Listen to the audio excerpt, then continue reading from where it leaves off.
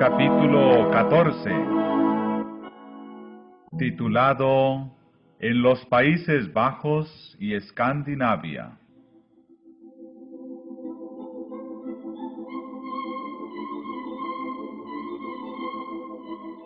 En los Países Bajos se levantó muy temprano una enérgica protesta contra la tiranía papal. 700 años antes de los tiempos de Lutero, dos obispos que habían sido enviados en delegación a Roma, al darse cuenta del verdadero carácter de la Santa Sede, dirigieron sin temor al pontífice romano las siguientes acusaciones.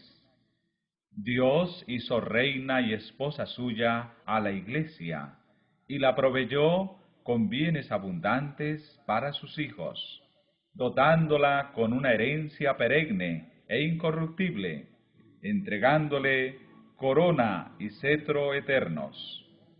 Pero estos favores vos los habéis usurpado como un ladrón. Os introducís en el templo del Señor y en él os eleváis como Dios. En vez de pastor, sois el lobo de las ovejas. E intentáis hacernos creer que sois el obispo supremo, cuando no sois más que un tirano. Lejos de ser siervo de siervos, como a vos mismo os llamáis, sois un intrigante que desea hacerse señor de señores. Hacéis caer en el desprecio los mandamientos de Dios. El Espíritu Santo es el edificador de las iglesias en todos los ámbitos del mundo. La ciudad de nuestro Dios, de la que somos ciudadanos, abarca todas las partes del cielo, y es mayor que la que los santos profetas llamaron Babilonia, y que aseverando ser divina, se iguala al cielo. Se envanece de poseer ciencia inmortal, y finalmente sostiene, aunque sin razón, que nunca erró, ni puede errar jamás.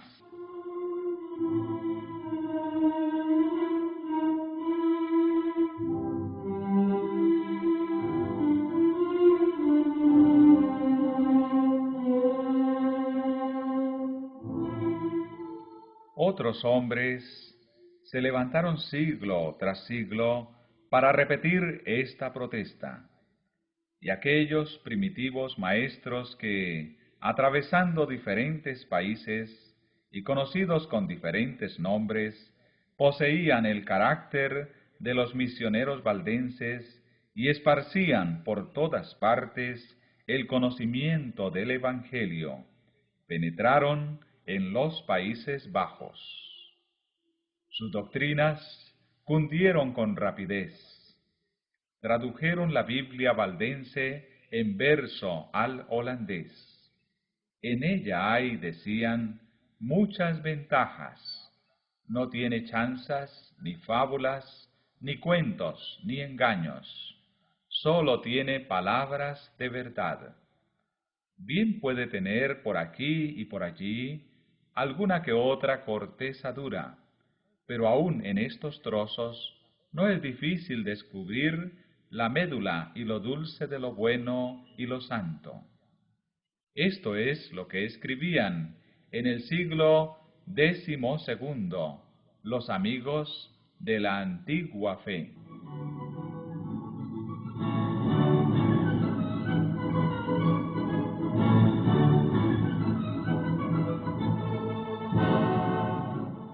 Luego empezaron las persecuciones de Roma, pero en medio de hogueras y tormentos seguían multiplicándose los creyentes que declaraban con firmeza que la Biblia es la única autoridad infalible en materia de religión y que ningún hombre debe ser obligado a creer sino que debe ser persuadido por la predicación.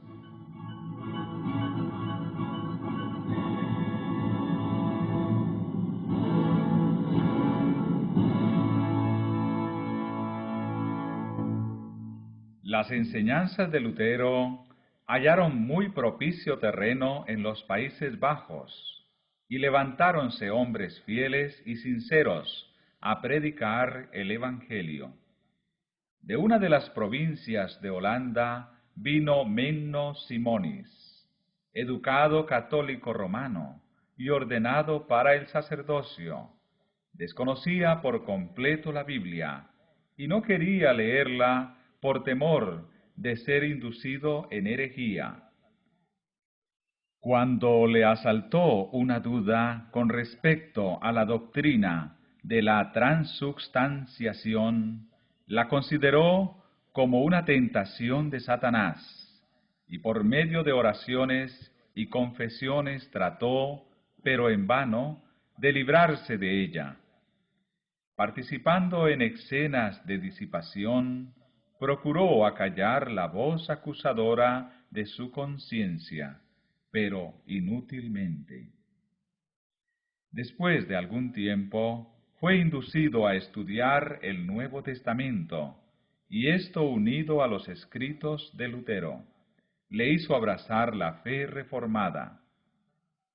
Poco después, presenció en un pueblo vecino la decapitación de un hombre por el delito de haber sido bautizado de nuevo. Esto le indujo a estudiar las Escrituras para investigar el asunto del bautismo de los niños. No pudo encontrar evidencia alguna en favor de él, pero comprobó que en todos los pasajes relativos al bautismo, la condición impuesta para recibirlo era que se manifestase arrepentimiento y fe.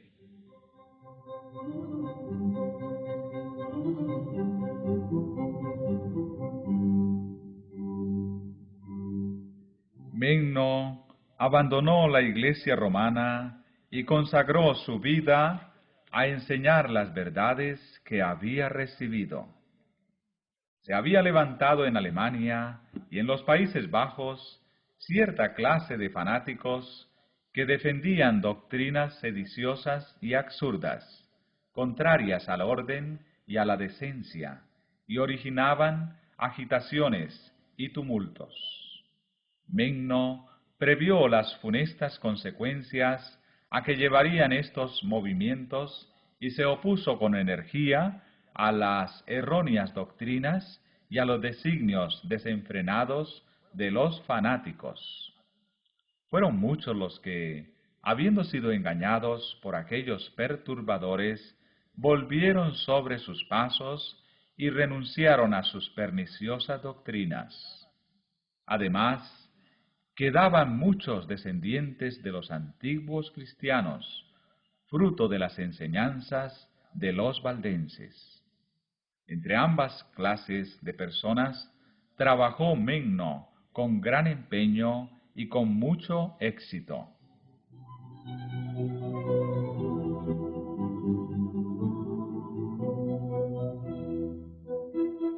Viajó durante 25 años con su esposa y sus hijos, y exponiendo muchas veces su vida.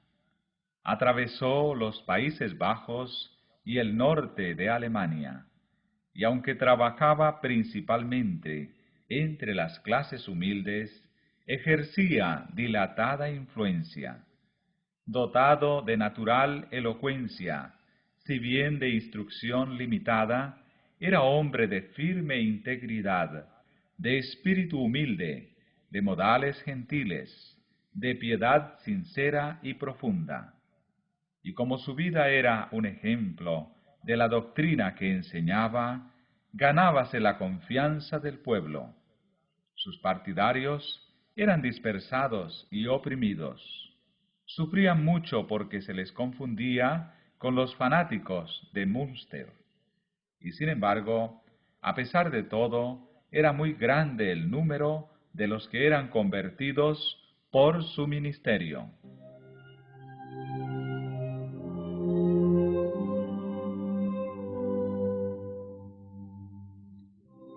ninguna parte fueron recibidas las doctrinas reformadas de un modo tan general como en los Países Bajos, y en pocos países sufrieron sus adherentes tan espantosas persecuciones.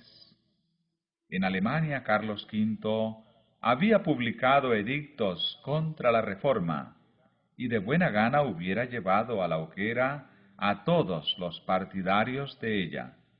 Pero allí estaban los príncipes oponiendo una barrera a su tiranía. En los Países Bajos su poder era mayor, y los edictos de persecución se seguían unos a otros en rápida sucesión. Leer la Biblia, oírla leer, predicarla o aún referirse a ella en la conversación era incurrir en la pena de muerte por la hoguera. Orar a Dios en secreto, abstenerse de inclinarse ante las imágenes o cantar un salmo eran otros tantos hechos castigados también con la muerte. Aun los que adjuraban de sus errores eran condenados, si eran hombres, a ser degollados, y si eran mujeres, a ser enterradas vivas. Millares perecieron durante los reinados de Carlos y de Felipe II.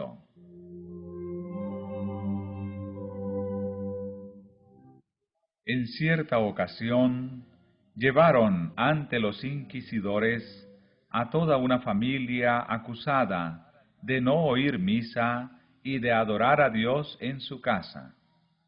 Interrogado el hijo menor respecto de las prácticas de la familia, contestó: nos hincamos de rodillas y pedimos a Dios que ilumine nuestra mente y nos perdone nuestros pecados.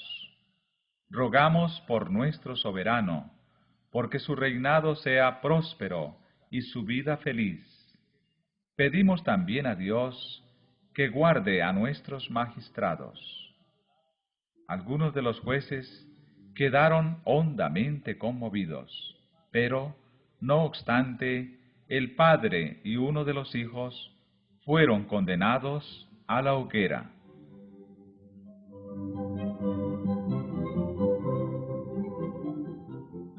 La ira de los perseguidores era igualada por la fe de los mártires.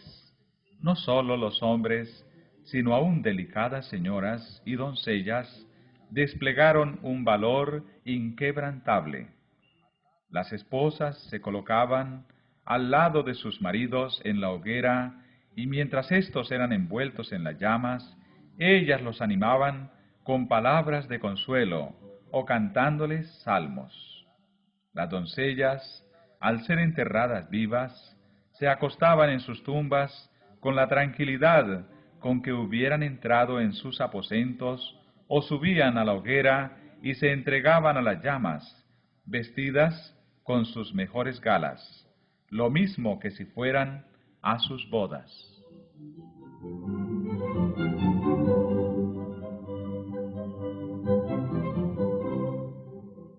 Así como en los tiempos en que el paganismo procuró aniquilar el Evangelio, la sangre de los cristianos era simiente. La persecución no servía más que para aumentar el número de los testigos de la verdad. Año tras año, el monarca enloquecido de ira, al comprobar su impotencia para doblegar la determinación del pueblo, se ensañaba más y más en su obra de exterminio, pero en vano. Finalmente, la revolución acaudillada por el noble Guillermo de Orange dio a Holanda la libertad de adorar a Dios.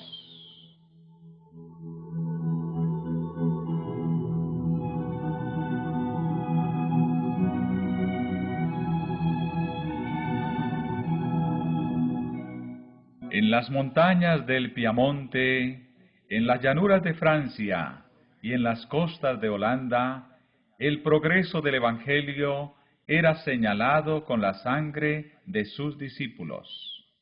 pero en los países del norte halló pacífica entrada. Ciertos estudiantes de Wittenberg, al regresar a sus hogares, introdujeron la fe reformada en la península escandinava.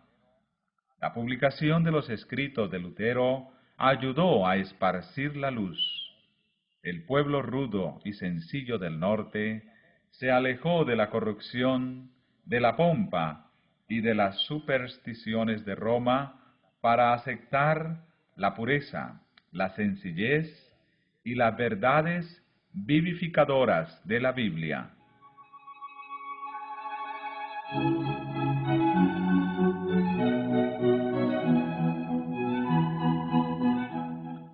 Tausen era el reformador de Dinamarca. Era hijo de un campesino.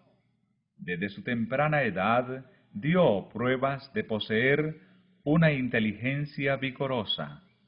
Tenía sed de instruirse, pero no pudiendo aplacarla, debido a las circunstancias de sus padres, entró en un claustro.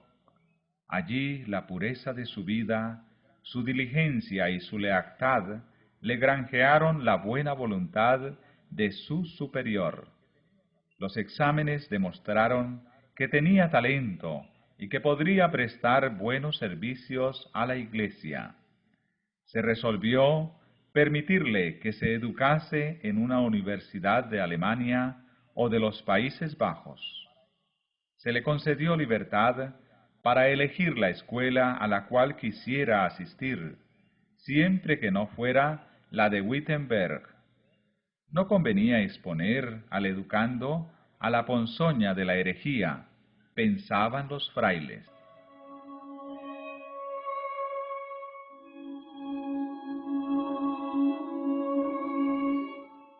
Tausen fue a Colonia, que era en aquella época uno de los baluartes del romanismo. Pronto le desagradó el misticismo de los maestros de la escuela. Por aquel mismo tiempo llegaron a sus manos los escritos de Lutero. Los leyó maravillado y deleitado, y sintió ardientes deseos de recibir instrucción personal del reformador. Pero no podía conseguirlo sin ofender a su superior monástico, ni sin perder su sostén. Pronto tomó su resolución y se matriculó en la Universidad de Wittenberg.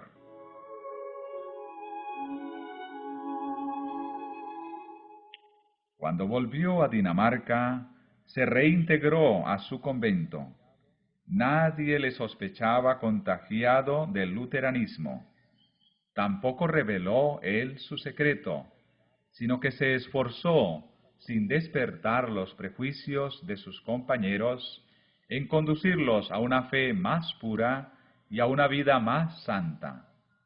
Abrió las Sagradas Escrituras y explicó el verdadero significado de sus doctrinas, y finalmente les predicó a Cristo como la justicia de los pecadores y su única esperanza de salvación.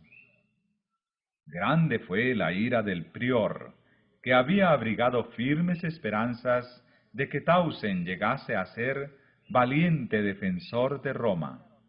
Inmediatamente lo cambiaron a otro monasterio y lo confinaron en su celda bajo estricta vigilancia.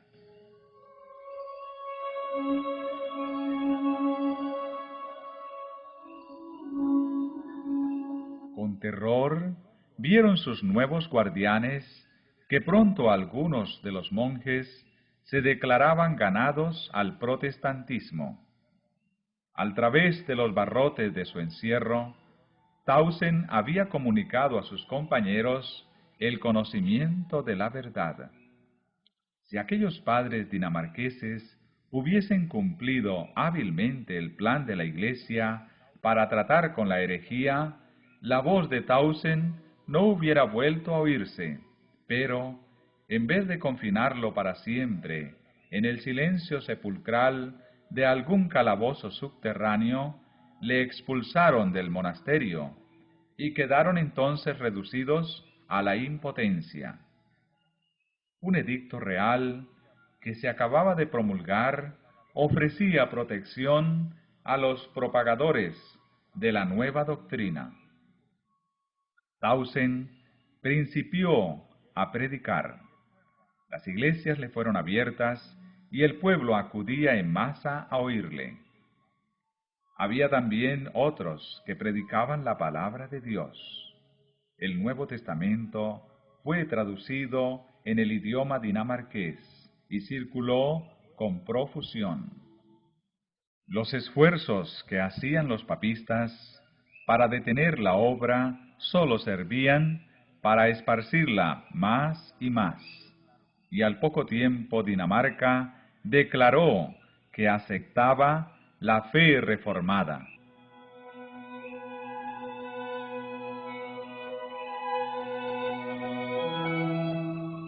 En Suecia, también, jóvenes que habían bebido en las fuentes de Wittenberg llevaron a sus compatriotas el agua de la vida.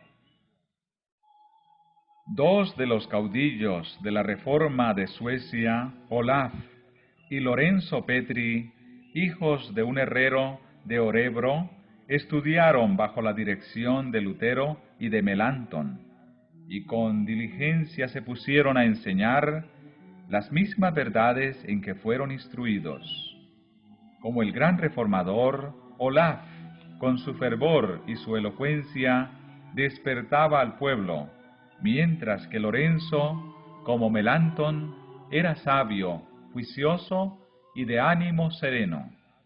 Ambos eran hombres de piedad ardiente, de profundos conocimientos teológicos y de un valor a toda prueba al luchar por el avance de la verdad. No faltó la oposición de los papistas. Los sacerdotes católicos incitaban a las multitudes ignorantes y supersticiosas. La turba asaltó repetidas veces a Olaf Petri, y en más de una ocasión, solo a duras penas, pudo escapar con vida. Sin embargo, estos reformadores eran favorecidos y protegidos por el rey.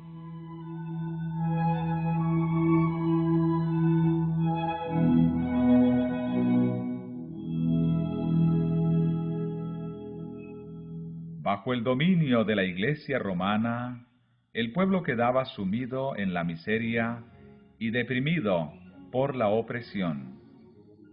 Carecía de las Escrituras, y como tenía una religión de puro formalismo y ceremonias que no daba luz al espíritu, la gente regresaba a las creencias supersticiosas y a las prácticas paganas de sus antepasados. La nación estaba dividida en facciones que contendían unas con otras, lo cual agravaba la miseria general del pueblo. El rey decidió reformar la Iglesia y el Estado y acogió cordialmente a esos valiosos auxiliares en su lucha contra Roma.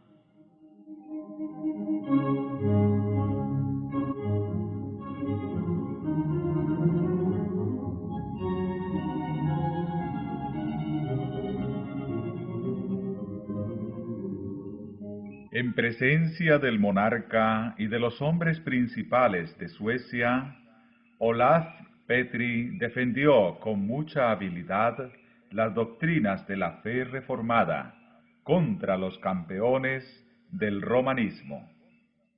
Manifestó que las doctrinas de los padres de la Iglesia no debían aceptarse sino cuando concordasen con lo que dice la Sagrada Escritura, y que las doctrinas esenciales de la fe están expresadas en la Biblia de un modo claro y sencillo que todos pueden entender. Cristo dijo: «Mi enseñanza no es mía, sino de aquel que me envió». Y Pablo declaró que si predicara él otro evangelio que el que no había recibido sería anatema. Por lo tanto, preguntó el reformador, ¿cómo pueden otros formular dogmas a su antojo e imponerlos como cosas necesarias para la salvación? Probó que los decretos de la Iglesia no tienen autoridad cuando están en pugna con los mandamientos de Dios, y sostuvo el gran principio protestante de que la Biblia y la Biblia sola es la regla de fe y práctica.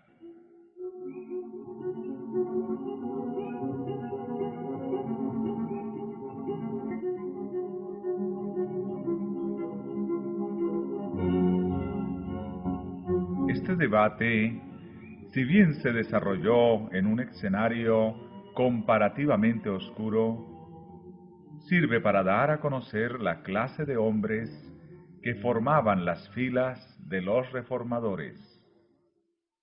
No eran controvertistas ruidosos, sectarios e indoctos, sino hombres que habían estudiado la palabra de Dios y eran diestros en el manejo de las armas de que se habían provisto en la armería de la Biblia. En cuanto a erudición, estaban más adelantados que su época. Cuando nos fijamos en los brillantes centros de Wittenberg y Zurich, y en los nombres ilustres de Lutero y Melanchthon, de Zwinglio y Ecolampadio, se nos suele decir que estos eran los jefes del movimiento de la Reforma, y que sería de esperar en ellos un poder prodigioso y gran acopio de saber, pero que los subalternos no eran como ellos. Pues bien, si echamos una mirada sobre el oscuro teatro de Suecia y yendo de los maestros a los discípulos, nos fijamos en los humildes nombres de Olaf y Lorenzo Petri, que encontramos, pues, maestros y teólogos, hombres que entienden a fondo todo el sistema de la verdad bíblica y que ganaron fáciles victorias sobre los sofismas de las escuelas y sobre los dignatarios de Roma.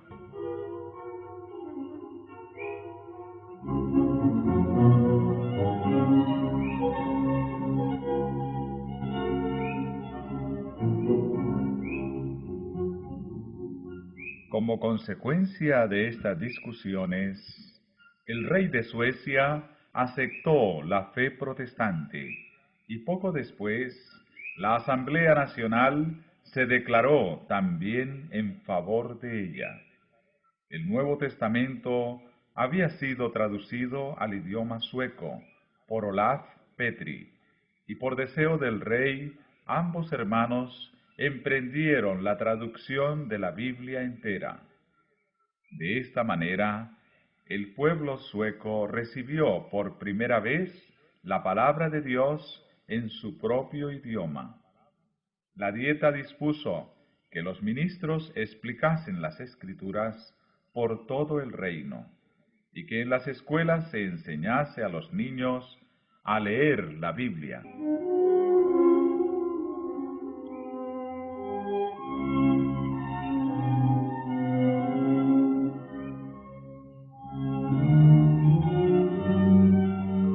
De un modo constante y seguro, la luz bendita del Evangelio disipaba las tinieblas de la superstición y de la ignorancia.